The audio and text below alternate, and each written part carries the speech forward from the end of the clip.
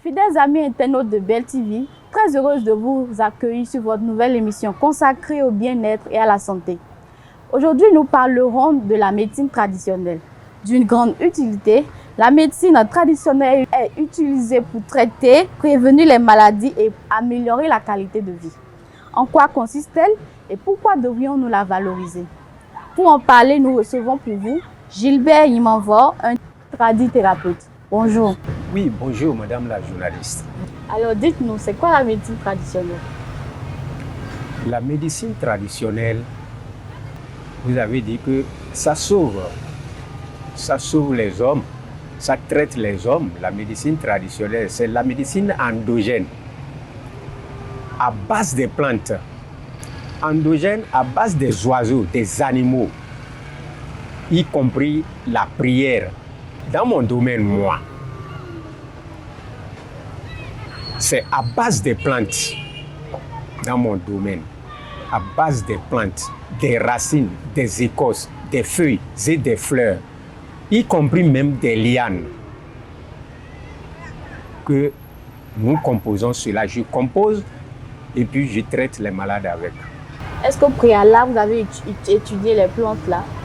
Nous sommes venus trouver dans la main de nos aïeux, ils traitaient sans hôpital. Ils traitaient sans hôpital. Et c'est efficace.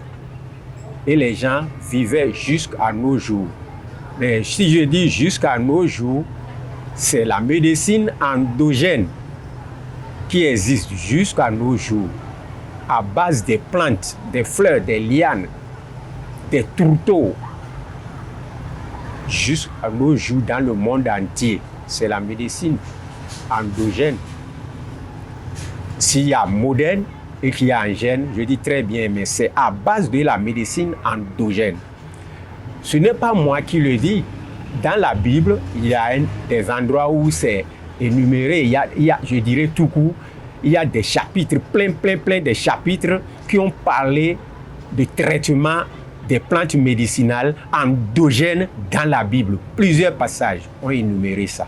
Est-ce que vous avez appris ce métier-là? Est-ce que vous avez appris à être tradithérapeute ou c'est un héritage? Merci. Moi, aujourd'hui, toujours, je vais appeler le nom de Dieu Tout-Puissant qui nous a créés. Votre question, on dirait même que vous êtes dans mon cœur. Beaucoup se posent cette question. Je ne pensais pas être phytothérapeute, tradithérapeute, herboriste aujourd'hui. Puisque mes parents m'ont fait 6 à l'école, ils m'ont mis à l'école. Après l'école, on me met dans un métier. Il s'agit de quoi? Je suis un typographe. J'ai été typographe. Je narre aux gens ce qui m'a fait venir dans le terrain. Comment de vous êtes devenu Je suis aujourd'hui devenu phytothérapeute aujourd'hui et que c'est l'œuvre de Dieu. Finalement, je dis c'est don de Dieu pour moi. Je voyais des arbres, ce que je connais, les arbres que je connaissais au Bénin ici, j'ai vu différents arbres au Nigeria que je ne voyais pas chez moi. Et ce que je voyais chez moi ici au Bénin, je ne vois pas ça au Nigeria aussi. Je me suis dit, comme mon papa me l'a amené la tronche, j'ai dit, bon, maintenant comme je rentre en brousse, et je suivais mon grand-papa maternel, il m'apprenait un peu, je n'étais pas paresseux. Mais nous jouons le ballon au terrain, quand grand-papa vient avec sa roue, son coucou, tout le monde fuit. J'ai le courage, ça, comme c'était mon don, c'est pourquoi il dit mon don. Moi, je ne fuis pas. Vous avez été curieux, vous avez étudié. Voilà, j'ai été curieux. Et je suivais le grand-papa. Côté maternel, il m'a appris beaucoup de choses.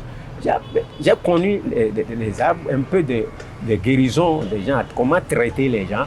je me suis dit, bon, ça, s'il y en est ainsi, je vais choisir la voie de grand-papa. Donc ce savoir est tout autant un héritage et un don de Dieu en même temps. Parfois, les thérapeutes ou guérisseurs traditionnels sont traités de sorciers, marabouts, charlatans, prophètes.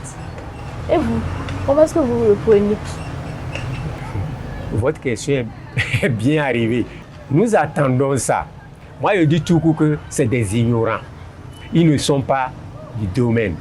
Et pour dire, moi je corrige les gens, je m'amuse avec les gens, je leur dis, tel que nous sommes des sorciers, mais madame, monsieur, vous-même vous êtes sorciers comme nous. Vous êtes sorciers et je m'en vais vous dire, en vérité, tout le monde est sorcier. Tout le monde est sorcier. Sorcier comment? Il y a de bons sorciers. Moi je parle aux gens, il y a de bons sorciers, il y a de mauvais sorciers. Les blancs qui ont fabriqué l'avion, bateau, etc., c'est des sorciers et c'est des bonnes choses. Aujourd'hui, Android portable, c'est la sorcellerie. Voilà, ça nous porte d'aide, ça nous sauve, c'est de bonnes choses. Mais celui qui vous traite, il vous a mis des produits et vous êtes guéri, vous dites qu'ils sont sorciers. Tout le monde est sorcier. Le magicien, il a son corps. Mais le phytothérapeute qui prend l'arbre que Dieu a béni et il traite. Mais le sorcier est bon, il traite, il est mis et l'intéressé est guéri. Mais celui qui va aller prendre, Dieu nous a donné les herbes, il a dit, traitez-vous avec. Et tout est béni par Dieu. Soignez-vous avec. Et quand Dieu l'a dit, quand tu le fais, les gens sont guéris. Mais toi, tu prends, tu fais de mauvaises choses avec, tu n'auras pas la bénédiction de Dieu. Et ce n'est pas bien pour aller nuire son prochain. C'est celui qui nuit son prochain qui est sorcier dans notre domaine, ce que moi je dirais. Est-ce que dans le traitement pour soigner les patients, est-ce que vous n'utilisez pas la spiritualité pour soigner les patients? C'est pourquoi je vous ai dit que nous sommes tous dans le même corps, mais chacun a sa spécialité. Moi, c'est à base des plantes, des arbres, des arbustes, des lianes, des fleurs, des tourteaux. C'est à base de ça que moi je traite les gens. Vous êtes dans le naturel. Tout ce que la nature vous offre, vous naturel. Pour traiter, pour guérir les gens. Pour guérir les gens. Voilà. Alors, la plupart des médicaments actuels sont préparés à base de plantes, initialement utilisées pour la médecine traditionnelle. Est-ce que se soigner de manière traditionnelle comporte des avantages? Bon, je dirais oui, je dirais non. Parce que ce que l'autre a pris et que ça marche pour lui et que ça ne marche pas chez toi, si ça marche chez toi, tu diras oui. Ce que l'autre a pris, ça marche chez toi, ça ne marche pas chez l'autre. L'autre qui ne marche pas chez lui, il ne peut pas généraliser le tout. Maintenant, moi, je dirais, si Dieu m'a donné ou pas, je dis c'est très bon. Parce que, au début, tel que vous me voyez, si moi, même vous, madame la journaliste, si vous me croisez même pour me saluer, vous allez dire que qui est celui-là? C'est un paysan. Mais aujourd'hui, je dis très bien, les Asias, les Aladji, les autorités, si je cite, c'est la parole, oui. Parce que celui qui est malade, il va chercher son produit à boire. Donc, je me suis dit, mais qu'est-ce que je suis? Les gens me remercient. Et quand ils sont guéris, ils me font des cadeaux. Les gens me traitent de bon. Et puis, d'autres s'agenouillent, ceux qui peuvent me mettre au monde. Et cela fait votre satisfaction? Je suis très ému, très content et dire, ah, donc, ça a beaucoup de substance, ça me donne de connaissances. Chacun phytothérapeute, on a nos laboratoires, c'est-à-dire ta table conçoit nos laboratoires et des gants, conçoit un peu de tout pour traiter parce que toi seul, c'est le public qui veut boire ton produit, le public va acheter ton produit. Donc il faut prendre soin. Et quand tu ne prends pas soin, qu'il n'y a pas l'hygiène, attention, une personne voit, dis-toi que centaines de personnes vont entendre. Et c'est toi-même qui garde ton marché. Pour le soin, nous traitons nos produits avec les soins. Donc vous pensez que la médecine traditionnelle est valorisée au Bénin? La médecine traditionnelle n'est pas valorisée au Bénin. Mais mes autorités disent, ils pensent comment ils vont valoriser ça pour nous. Pour que ça devienne quelque chose de très, très important. Parce que mon pays, je suis fier qu'il tape premier en coton.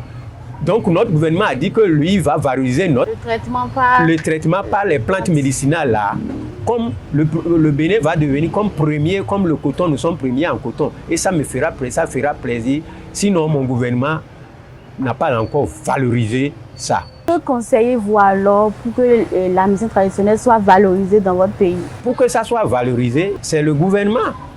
C'est le gouvernement qui doit valoriser ça.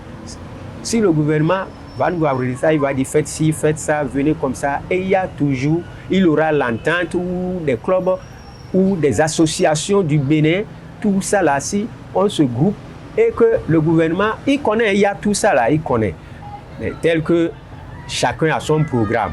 Il a parlé qu'il va valoriser, sinon moi, sous moi, ce n'est pas encore valorisé comme je vois ça au Ghana et dans les pays anglophones.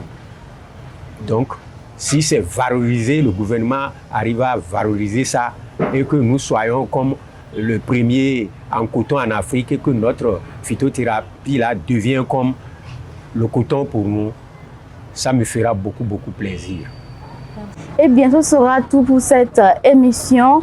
Bien que la médecine traditionnelle soit utilisée pour traiter et soigner plusieurs maladies, selon les experts, elle n'est pas encore tout autant valorisée. Merci d'être venu nous présenter cette approche paramédicale. Oui. Mesdames et messieurs, ce sera tout pour ce premier numéro. Merci de nous avoir suivis.